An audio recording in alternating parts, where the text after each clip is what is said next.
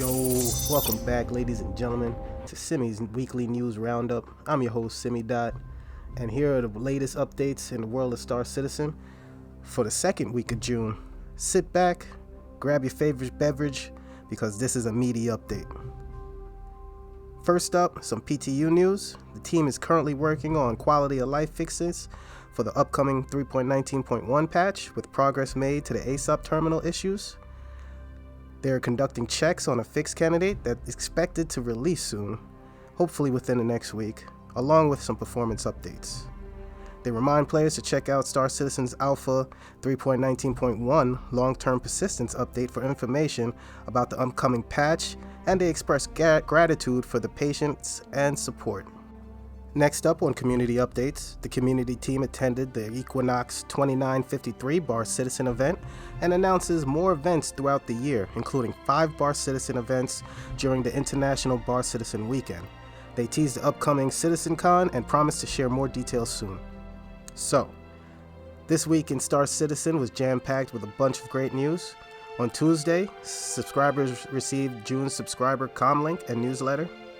On Wednesday, they released the May's monthly report for both Star Citizen and Squadron 42. And let's take a closer look at these reports. In the latest PU monthly report, Cloud Imperium dev teams made progress towards Alpha 320 and beyond. The AI tech team focused on several areas of improvement that they enhanced the collision avoidance system for ground vehicles, allowing for smoother passing between vehicles and NPCs. Additionally, they added support for driving along predefined routes, enabling designers to specify properties such as speed and direction. The team also worked on dynamic pathfinding regeneration feature, which helps NPCs find alternative routes in case of obstacles. They implemented an anchor structure to track and change in navigation meshes and triangles, enabling the system to identify when new pathfind requests are necessary. Another area of development was NPCs entering and exiting ships from EVA using external air doors or airlocks. The team set up ship and seat access, allowing NPCs to locate their closest entry point, navigate to it, and trigger the appropriate interactions. They also accounted for the ship's rotational velocity to enable NPCs to adjust their orientation during their approach.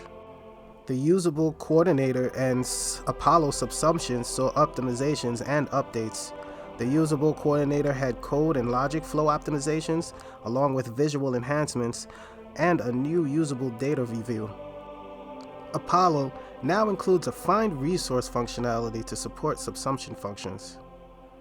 In terms of support tasks, AI Tech created flow graph nodes for all subsumption assignments, facilitating the creation of scripted AI behaviors by designers. They also added more variable types for assignment inputs, along with support for the usable system, tactical point system, and Alpha 319. In animation, the facial animation team worked on creating assets for specific character types related to missions and gameplay. The character art team focused on designing outfits for the Dusters gang and the Headhunters, and they also prepared documents for additional Dusters outfits. The vehicle content team in the UK made progress on unannounced ships, advancing it through the white box stage into the gray box stage, both for the interior and exterior. They also worked on ground vehicle variant. I wonder what that variant could be. Maybe a variant for the Tumbler Storm. The team worked on vehicle tractor beams for several ships, including the Origin 350P, the Drake Caterpillar, and the Cutlass Black, the Constellated Outland Nomad, the Mist Hull C. So that is definitely awesome. We're definitely going to have ship tractor beams pretty soon, hopefully in 320. Development of the Crusader Spirit capital ship also continued, with the C1 almost complete its gray box stage and the A1 undergoing Lido review. The Mist Freelancer component rework entered the final art stage, and the RSI Polaris was being prepared for the white box stage. So that's very important right there. I know a lot of people are waiting for the RSI Polaris. In the US, progress was made on the Tumbler Storm, with materials, proms, and decals applied to the exterior and the interior. The Opie Santokii was also nearing completion in the gray box stage, with only a dash work and dashboard work remaining. So it looks like we have a couple of ships getting upgraded and being improved in the near future, so that's going to be pretty cool. We're going to have a lot of different ships this year, which I guess, that's CIG's strong point.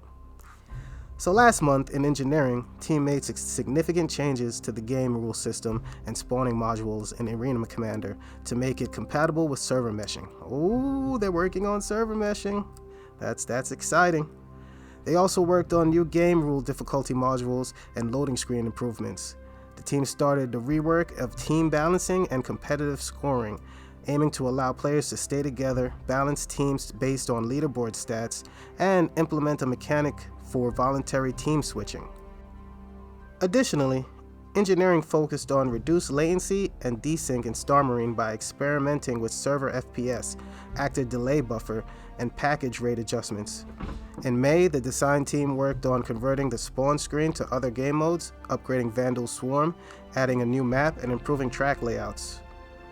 Both the design and FX teams enhanced the visual quality of locations in Arena Commander. The feature team has been working on several improvements for character and weapons in-game. They've implemented ammo repooling, allowing players to redistribute ammunition and maximize full magazines in their inventory. They have also introduced a negative status effect caused by radiation, which decays the protection of the character's outfit and can lead to radiation sickness. The outfit will regenerate its protective layer over time. The Montreal PU team focused on proof-of-concept investigations for an entity removal destruction trash bin feature, so now we can have space janitors. They also supported the Vehicle Died event and made bug fixes for Alpha 3.19.1 staging content and game development. They have addressed an issue with the RSI Constellation series, the co-pilot seat UI, and made changes to the UI rules to update the co-pilot UI of other ships if necessary.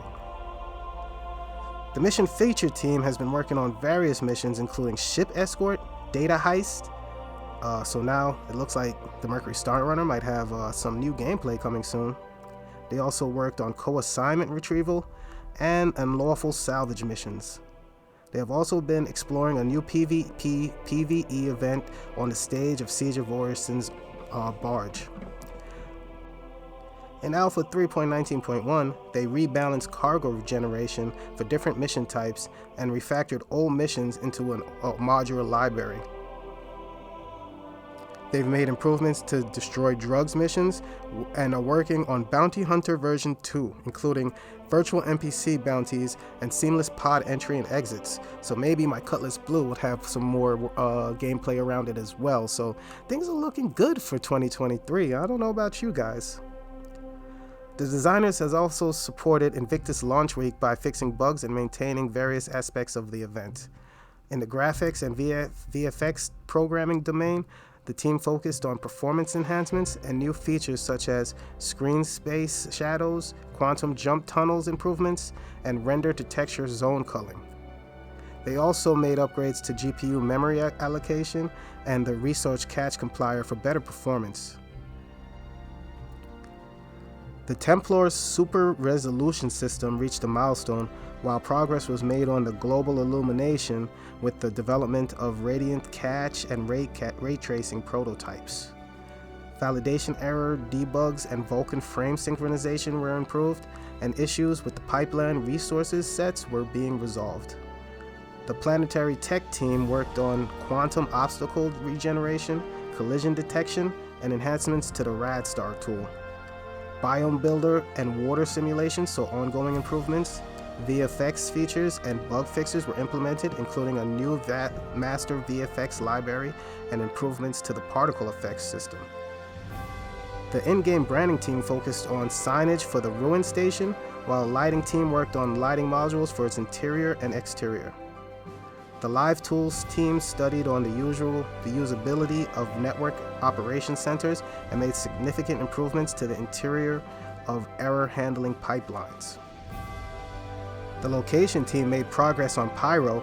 They also supported INVICTUS launch week and worked on racetracks, underground facilities, and organic fauna.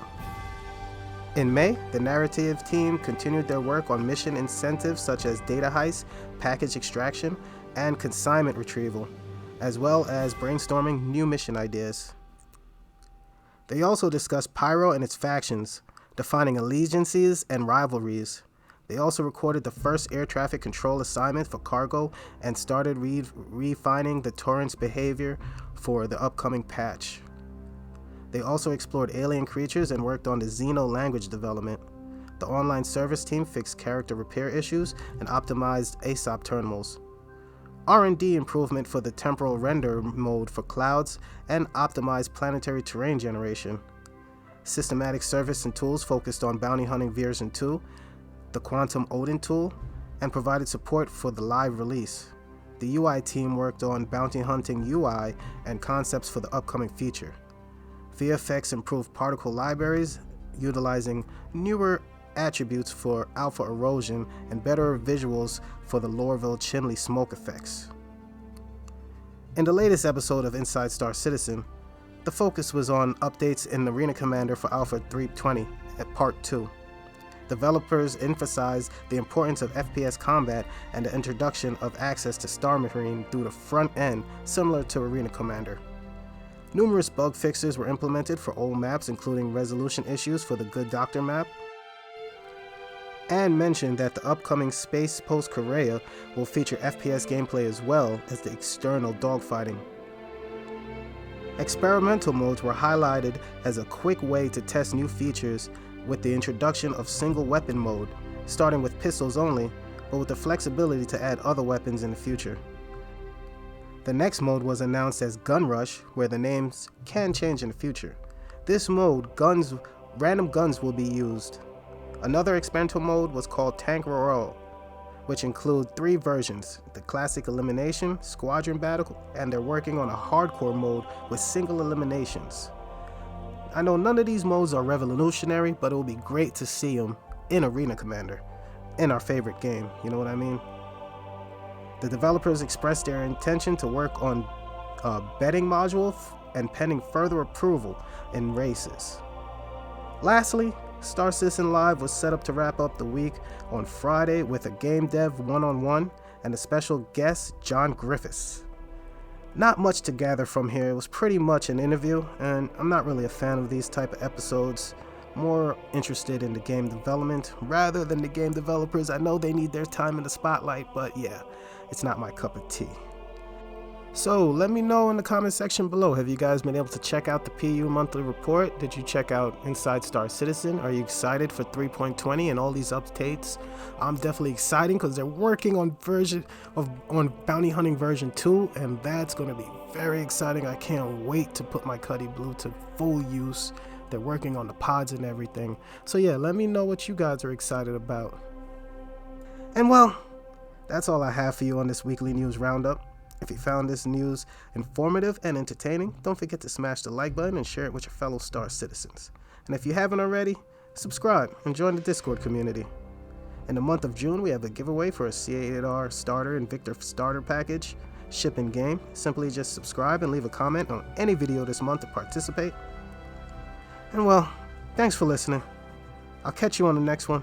Like and subscribe, and I'll see you in the verse. Peace.